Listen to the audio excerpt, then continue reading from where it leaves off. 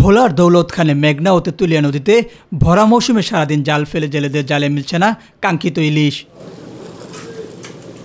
ইলিশ না পেয়ে চরম হতাশায় দিন কাটাচ্ছেন ভোলার মেঘনা উপকূলের প্রায় 2.5 লাখ জেলে। ইলিশের আশায় ধার দেনা ও এনজিও ঋণের কিস্তি পরিশোধ নিয়ে অনেকটাই বিপাকে পড়েছেন তারা। এইবারকার মতন এত মাছ কম জীবনও দেখি নাই। আমরা জালিয়াগো খুব একটা ডিসপ্লেস বাজিয়া গেছে, নদীতে ইন টোটাল মাছ কম। এই লেগে নাওজন বন্ধ করে থিয়া দিক থেকে কি করুম, পেটের যাইতে যাইতে হয়, না যায় কোনো উপায় নেই। সাইকুরিয়া নদীতে মৌসুম হবে, মাছ হবে, এখন মৌসুমের সিজন, এমনই মাছ নেই নদীতে। ইলিশ সংকটে আড়তদারদের চোখে দুশ্চিন্তার ছাপ। অন্যান্য বছর এমন সময় ইলিশের সরবরাহ পর্যাপ্ত থাকলেও এবছর তা কমে গেছে বলে জানায় তারা। নদীতে নৌকা যায় ঠিকই, কিন্তু মাছ পায় না। যে কয় টাকার মাছ পায় তেল খরচ হয় না।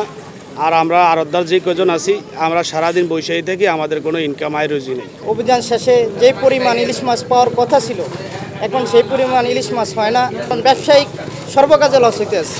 এ সময় ইলিশ একটু কম পাওয়া যাচ্ছে, তবে বৃষ্টিপাতের পরিমাণ বাড়লে ঝাঁকে ঝাঁকে ইলিশ ধরা পড়বে জেলেদের জালে, এমনটাই জানিয়েছেন জেলা মৎস্য বিভাগ। তো আমরা এখনো প্রত্যাশা করছি, যেহেতু এদিকে আমরা দেখতে পাচ্ছি মেঘলা আছে এবং মৌসুমি বৃষ্টি শুরু হবে আশা করি, তো আসলে বৃষ্টিপাত বেশি হলে মাছ কিন্তু আসবে, এটা আমরা ধরে নিচ্ছি। এবছর ইলিশ উৎপাদনের লক্ষ্যমাত্রা নির্ধারণ করা হয়েছে 1,82,000 মেট্রিক টন। এস এম হামিম, মাই টিভি।